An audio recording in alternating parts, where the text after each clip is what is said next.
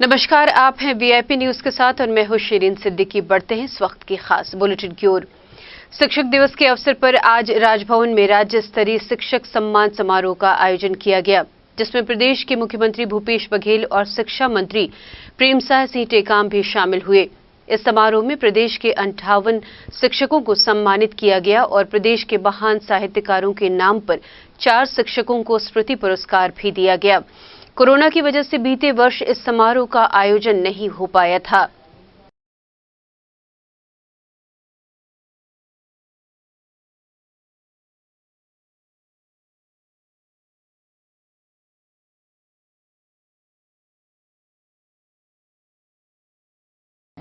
अगली खबर की ओर रुख करते हैं। देश के राष्ट्रपति रामनाथ कोविंद ने आज शिक्षक दिवस के अवसर पर आयोजित सम्मान समारोह में शिक्षा के क्षेत्र में अनुकरणीय कार्य कर मिसाल पेश करने वाले देश के कुल 44 शिक्षकों को वीडियो कॉन्फ्रेंसिंग के जरिए सम्मानित किया गया। राष्ट्रपति द्वारा वर्चुअली कार्यक्रम में राष्ट्रीय शिक्षक सम्मान 2021 से छत्तीसगढ़ के एकलव्य आदर्श आवासीय विद्यालय करपावण जगदलपुर के डॉक्टर प्रमोद कुमार शुक्ला को भी सम्मानित किया गया। मुख्यमंत्री भूपेश बघेल ने राज्य के शासकीय सेवकों और पेंशनरों को 12% की दर से मिल रहे महंगाई भत्ते को 1 जुलाई 2021 से 5% बढ़ाकर 17% तक करने की घोषणा की है। राज्य के लगभग 4 लाख शासकीय सेवकों और 1,25,000 पेंशनर्स को इसका फायदा मिलेगा। गौरतलब है कि मुख्यमंत्री बघेल ने बीते शनिवार को अपने निवास स्थित कार्यालय में छत्तीसगढ़ कर्मचारी अधिकारी फेडरेशन के प्रतिनिधिमंडल से चर्चा के बाद इसकी घोषणा की। मुख्यमंत्री भूपेश बघेल की इस घोषणा के बाद फेडरेशन के सदस्यों ने खुशी जाहिर करते हुए मुख्यमंत्री का आभार जताया। छत्तीसगढ़ कर्मचारी अधिकारी फेडरेशन को माननीय मुख्यमंत्री निवास से कल बुलावा आने पर प्रतिनिधिमंडल जाकर के माननीय मुख्यमंत्री से चर्चा किया। आधा घंटे के विस्तृत चर्चा के बाद माननीय मुख्यमंत्री जी ने फेडरेशन के प्रतिनिधियों को 1 जुलाई 2019 से दे 5% लंबित महंगाई भत्ता को देने तथा उसका नगद भुगतान 1 जुलाई 2021 से करने की घोषणा की है। शेष 11% लंबित महंगाई भत्ता के लिए उन्होंने आर्थिक स्थिति सुदृढ़ होने के बाद और विचार करने का आश्वासन दिया है। अगली खबर की ओर रुख करते हैं। मुख्यमंत्री भूपेश बघेल से छत्तीसगढ़ सहायक शिक्षक संघ के प्रतिनिधियों ने मुलाकात की। इस दौरान प्रतिनिधिमंडल ने अपनी विभिन्न मांगों को लेकर ज्ञापन सौंपा और अपनी समस्याओं को लेकर मुख्यमंत्री से चर्चा भी की। मुख्यमंत्री ने प्रतिनिधिमंडल को आश्वासन दिया है कि उनकी समस्याओं के निराकरण के लिए प्रमुख सचिव की अध्यक्षता में एक समिति का जल्द ही गठन किया जाएगा। छत्तीसगढ़ के प्रमुख पर्व पोला को उत्साह और उमंग के साथ कल प्रदेश भर में मनाया जाएगा। पोला पर्व की तैयारी को लेकर सप्ताह भर से शहर के बाजारों में मिट्टी के बैल और मिट्टी के छोटे छोटे खिलौने बिक रहे हैं। पोला पर्व के दिन इन मिट्टी के बैल और खिलौनों की विधि विधान से पूजा अर्चना कर सुख समृद्धि की कामना की जाती है।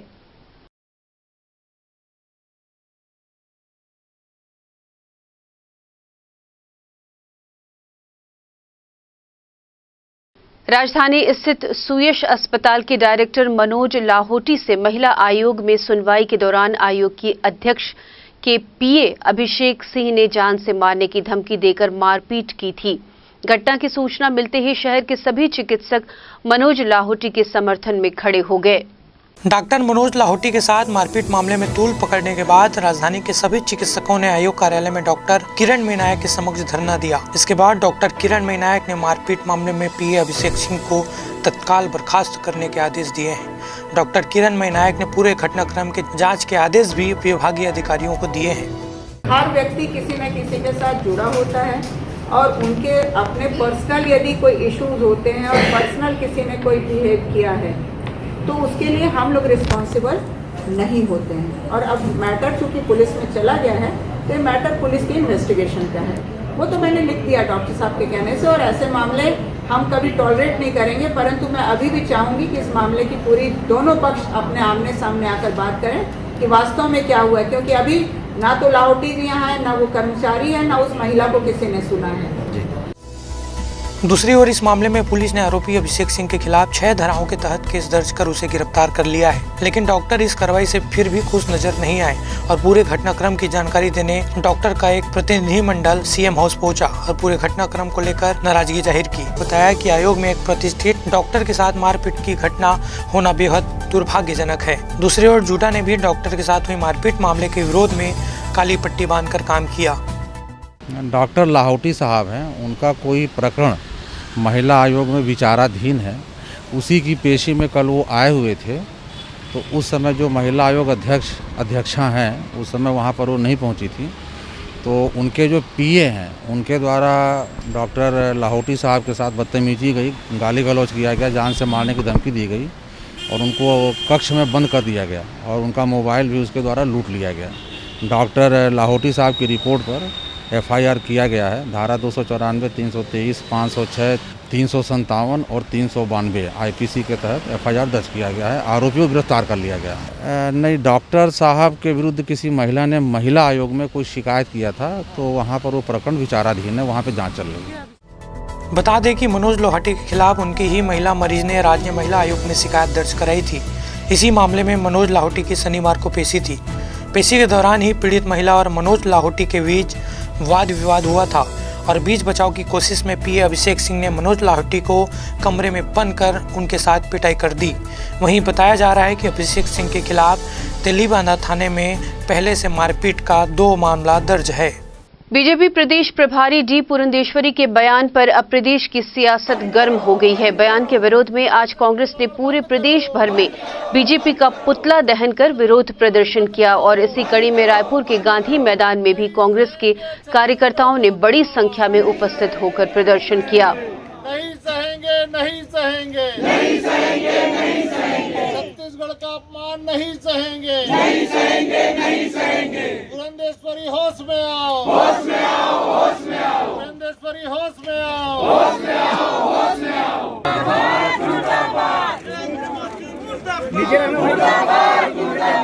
पीछे पीछे आगे चलो चलो पीछे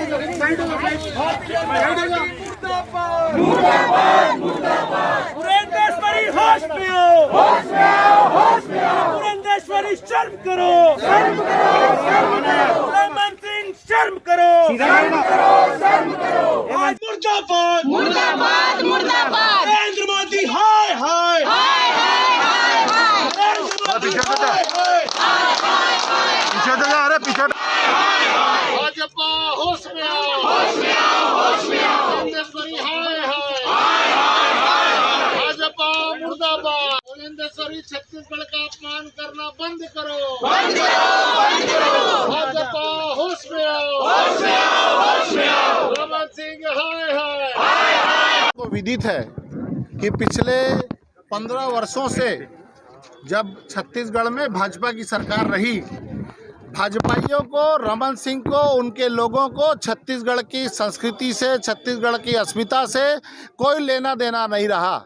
और अभी वर्तमान में उनकी प्रभारी आई हैं डी पुरंदेश्वरी।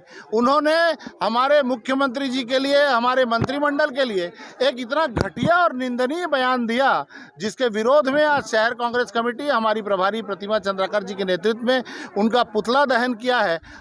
वीआईपी न्यूज में फिलहाल वक्त हो चुका है एक छोटे से ब्रेक का। कुछ और खबरों के साथ जल्द वापस आते हैं।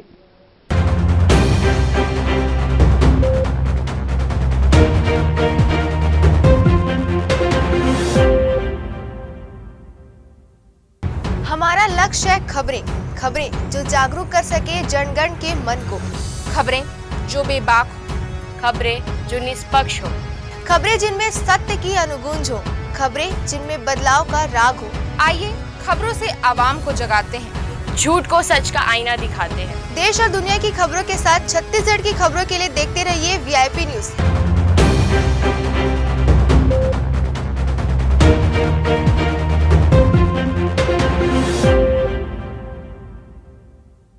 ब्रेक के बाद एक बार फिर आपका स्वागत है। आइए सुनते हैं सुभाष की बात।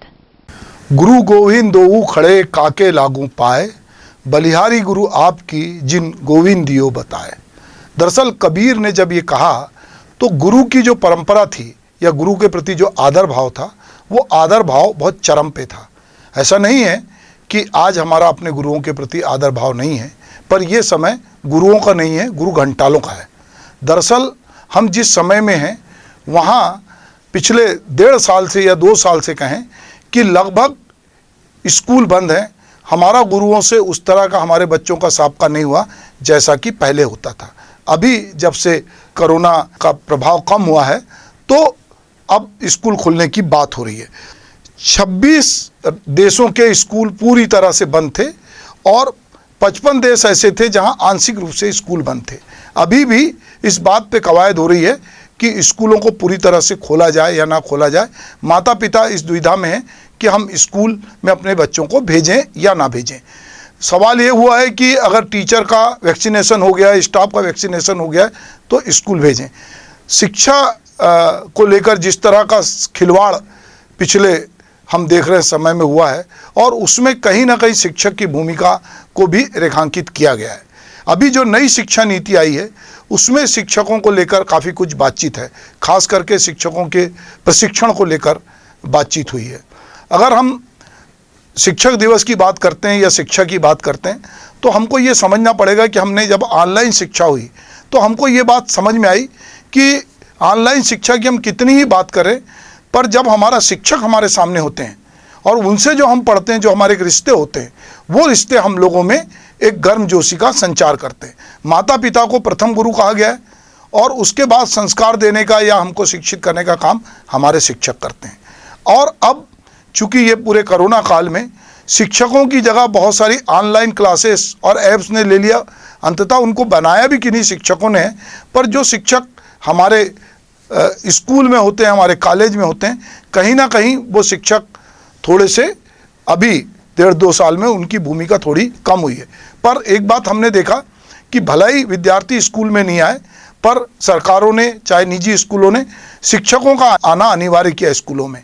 और बहुत सारे शिक्षकों पे ये गाज भी गिरी कि उनके अगर सरकारी को छोड़ दिया जाए तो प्राइवेट स्कूलों से शिक्षकों की नौकरियां भी गई, उनके वेतन की भी कटौती हुई, बहुत सारी दुविधाओं में शिक्षक रहे।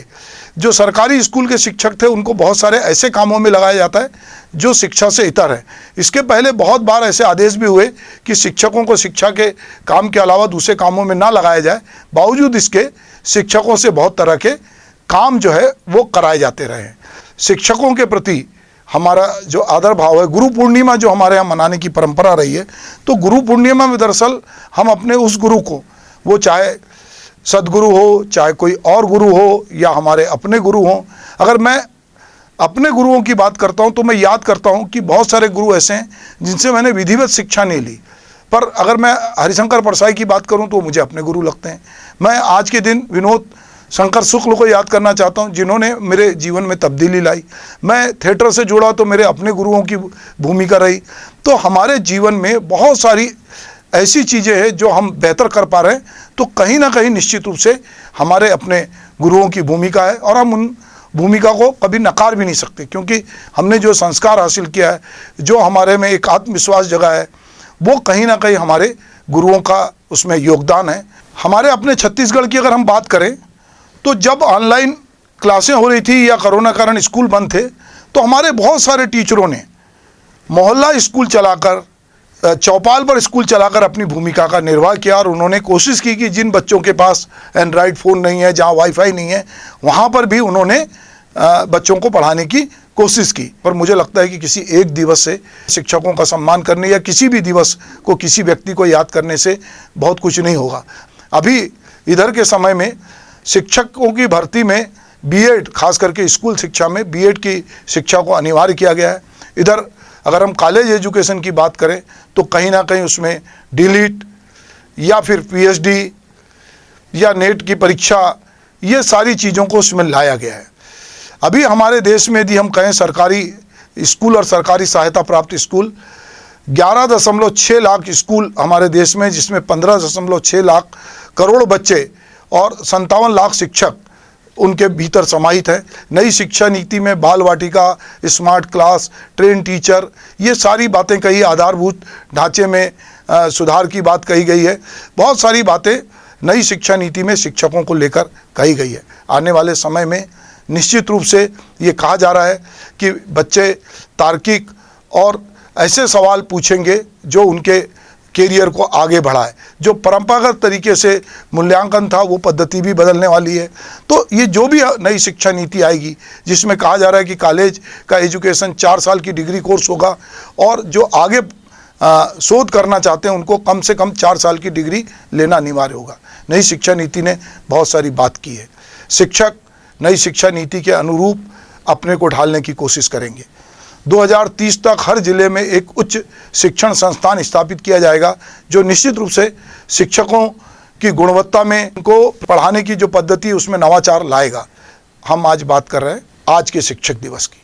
जो आज हमारे शिक्षक हैं जो गांव-गांव में उन जगहों पर भी हैं जहां पर कि बहुत बुनियादी सुविधाएं नहीं हैं, जो हमारे सरकारी स्कूल हैं और जो प्राइवेट स्कूल हैं, दोनों के इंफ्रास्ट्रक्चर में ज़मीन आसमान का अंतर है। सरकारी स्कूल जहां पर कि बहुत अच्छी पढ़ाई हो सकती है या होती रही है जिससे बहुत सारे लोग निकले हैं, वहाँ पर भी अभी मॉडल स्कूल का एक कंसेप्ट लाया गया है। तो अभी शिक्षकों की कॉलेज स्तर पर कहे या मिडिल स्कूल या हाई स्कूल के स्तर पर कहे शिक्षकों की भर्ती भी है और कोशिश की जा रही है कि शिक्षक और छात्रों का अनुपात बैलेंस रहे।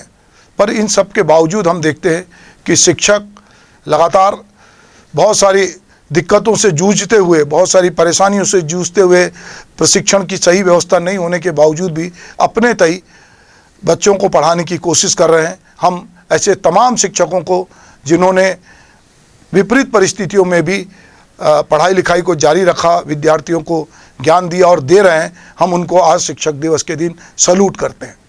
अब बात करते हैं जांजगीर से जुड़ी खबर की। जांजगीर जिले के महुदा गांव में पूर्व सरपंच द्वारा रेत रॉयल्टी की राशि के गबन में अब तक सरपंच द्वारा राशि नहीं लौटाई गई, जिसे लेकर क्षेत्र के लोगों में आक्रोश है।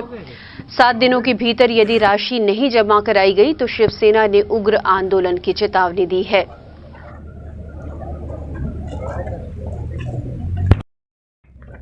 अब आज ही काकर बन की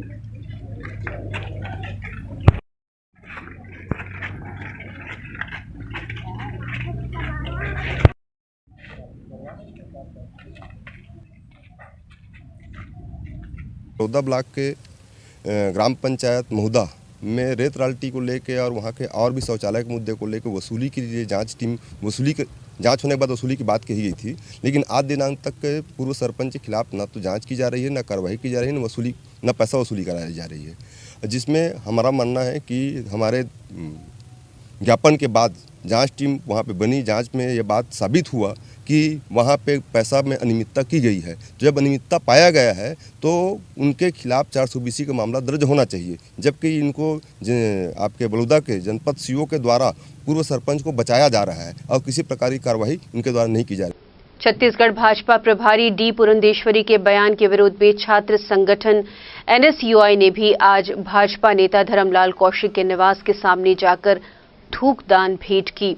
NSUI रायपुर जिला सचिव आदित्य पांडे ने कहा कि डी पुरंदेश्वरी ने छत्तीसगढ़ के मंत्रिमंडल का ही नहीं बल्कि राज्य के 2 करोड़ 80 लाख लोगों का अपमान किया है। बंद करो भाजपा प्रभारी, शर्म करो, शर्म करो, शर्म करो, छत्तीसगढ़ियों के साथ खिलवाड़ करना बंद करो, शर्म करो, शर्म करो, छत्तीसगढ़ियों के साथ खिलवाड़ करना बंद करो, बंद करो, बंद करो, भाजपा प्रभारी शर्म करो, शर्म करो, शर्म करो। श्री मुर्दाबाद, मुर्दाबाद, मुर्दाबाद, भारतीय जनता पार्टी मुर्दाबाद, मुर्दाबाद, मुर्दाबाद, भारतीय जनता पार्टी मुर्दाबाद, मुर्दाबाद, मुर्दाबाद। छत्तीसगढ़ भाजपा प्रभारी डी पुरंदेश्वरी के द्वारा जो विवादित बयान जो किया गया है हमारे छत्तीसगढ़ के मंत्रिमंडलों और हमारे CM साहब जी के लिए, मैं ये कहना चाहूँगा कि आपने जो बयान दिया है उस बयान का अर्थ सिर्फ हमारे मंत्रिमंडल और हमारे CM की नहीं, हमारे छत्तीसगढ़ की 2 करोड़ 80 लाख जो जनता है उनको उनकी आप बदनामी कर रहे हैं, उनका आप नाम खराब कर रहे हैं। आपके हिसाब से उनका निर्णय गलत है। राजधानी के भाटा गांव में आज धर्म परिवर्तन की सूचना पर पुलिस वहां कार्रवाई के लिए पहुंची थी, जिसके बाद मामले से जुड़े लोगों को पूछताछ के लिए शहर के पुरानी बस्ती थाने में बुलाया गया था। इसी दौरान वहां 2 संगठनों के बीच जोरदार विवाद हुआ और ये हंगामा काफी देर तक चलता रहा।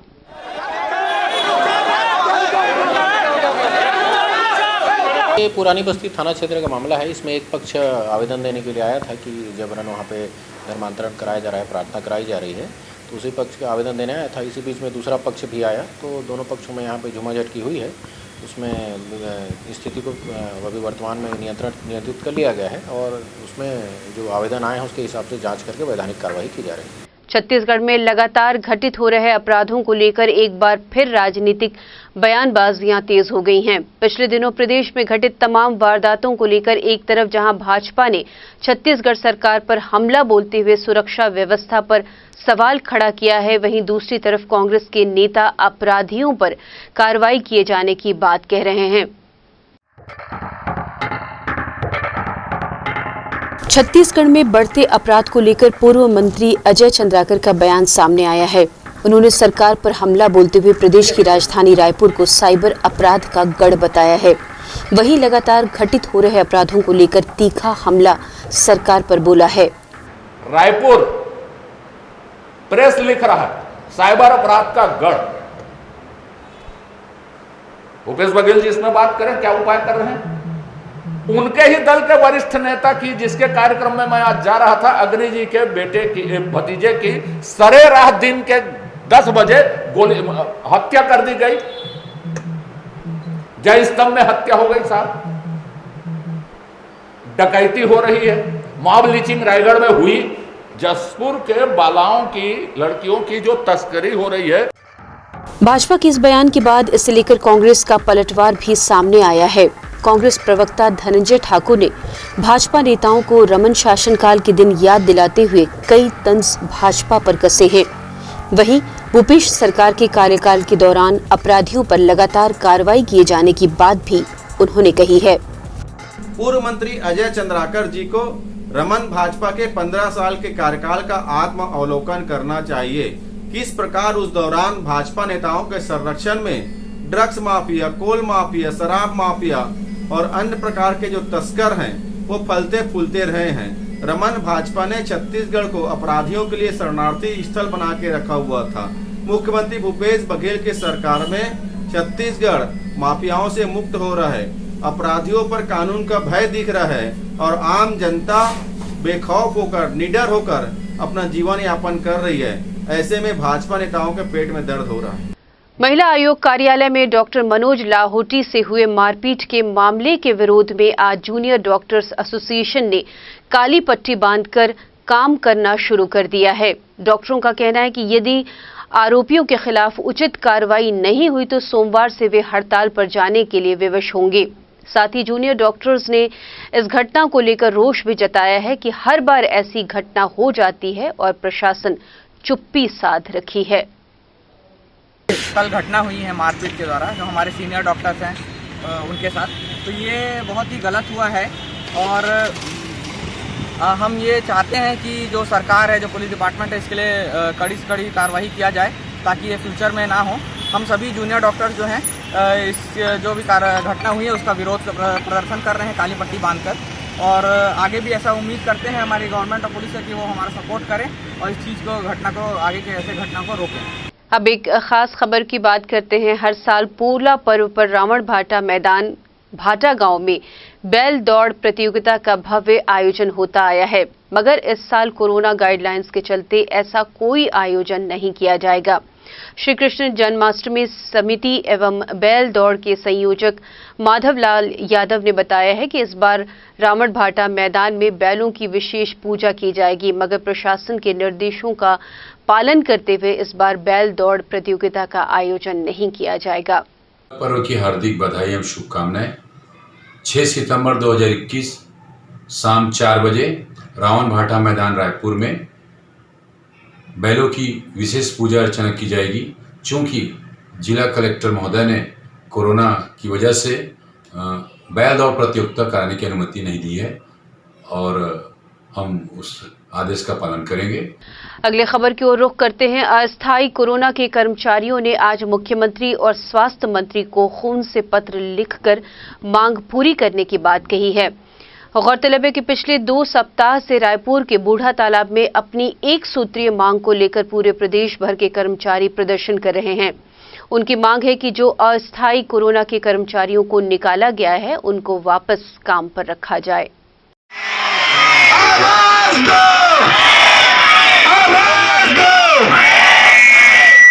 आज स्वामी आत्मानंद स्कूल आमापारा में मड़ई मेला का आयोजन किया गया है, जिसमें बतौर मुख्य अतिथि सीएम भूपेश बघेल भी शामिल हुए। इस मेले में शिक्षण के क्षेत्र में किए जा रहे नवाचारों की प्रदर्शनी भी लगाई गई।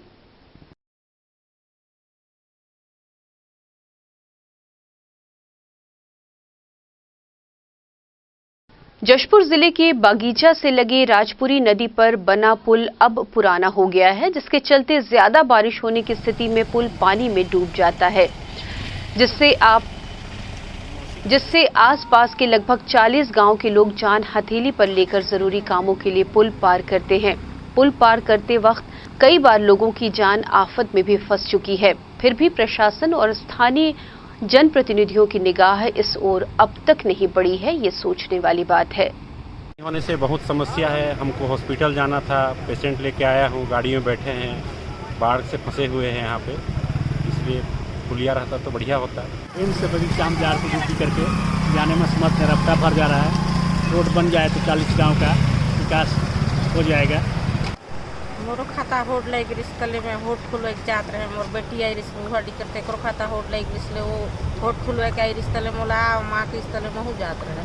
अब नदी भर गई इतने जा सका। बालोद जिले में ऐसे बहुत से शिक्षक हैं जो कोरोना काल के दौरान ऑनलाइन व ऑफलाइन पढ़ाई के माध्यम से शिक्षा में नवाचार लाने का प्रयास किए थे, लेकिन जिले में एक ऐसी शिक्षिका भी है जो जिले के सुदूर व वनांचल क्षेत्र में जहां मोबाइल नेटवर्क भी नहीं रहता, ऐसे इलाके से जिले में सर्वप्रथम ऑनलाइन शिक्षा की शुरुआत की थी और ऑनलाइन शिक्षा में आने वाली दिक्कतों को सबसे पहले समझकर मोहल्ला क्लास के माध्यम से बच्चों को भरे कोरोना काल में शिक्षा प्रदान की।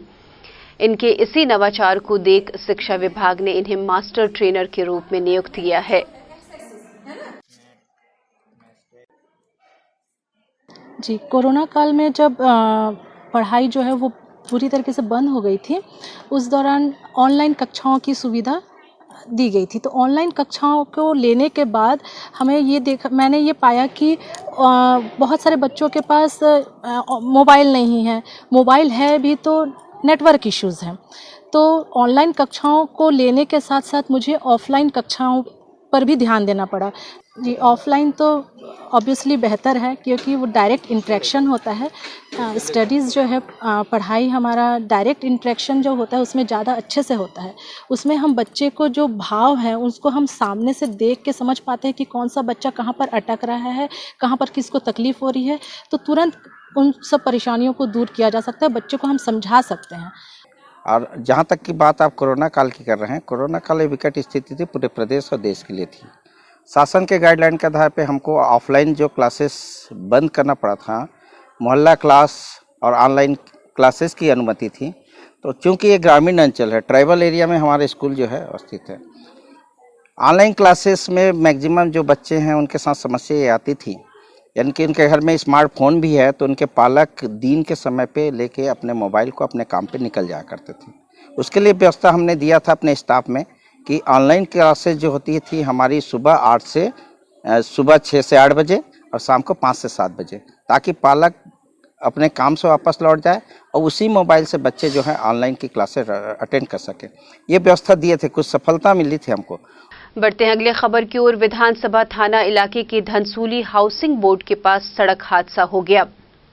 बाइक सवार 2 लोगों को ट्रक ने टक्कर मार दी, जिससे जगदीश यादव उम्र 42 वर्ष उनकी मौके पर ही मौत हो गई। वहीं 30 वर्षीय लक्ष्मण यादव गंभीर रूप से घायल हो गया, उसे अस्पताल में भर्ती कराया गया है। इधर घटना के बाद ट्रक चालक मौके पर ही उसे छोड़कर फरार हो गया। जानकारी के मुताबिक धनसूली के रहने वाले जगदीश यादव और लक्ष्मण यादव दोंदे खुर्द से काम कर वापस धनसूली जा रहे थे, तभी हाउसिंग बोर्ड के पास ये हादसा हुआ।